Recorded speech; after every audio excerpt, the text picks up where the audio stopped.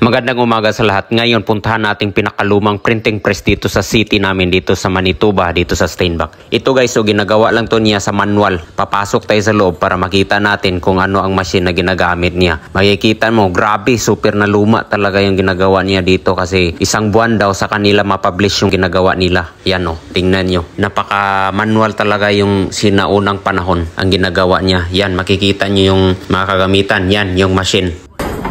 And then there's a stamp there, essentially. That's how it works out. Oh.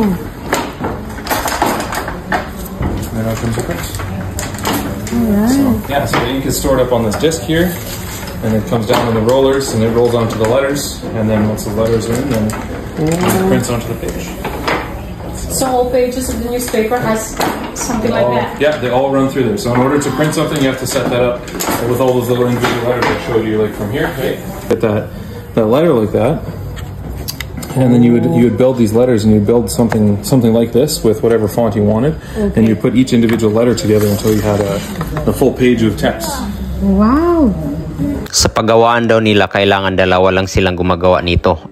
Tingnan nyo naman, napakaluma at saka napakahirap talaga gawin kasi kailangan daw yung mga letter na inaayos nila, yung mga spelling. Pero yung sa unang panahon na mga ginagamit nila, napakahirap talaga kasi isang buwan daw saka lalabas yung mga piniprint nilang mga newspaper. At maraming salamat guys sa walang sawang pagsusuporta sa aking mga vlogs. Have a nice day everyone. Bye-bye.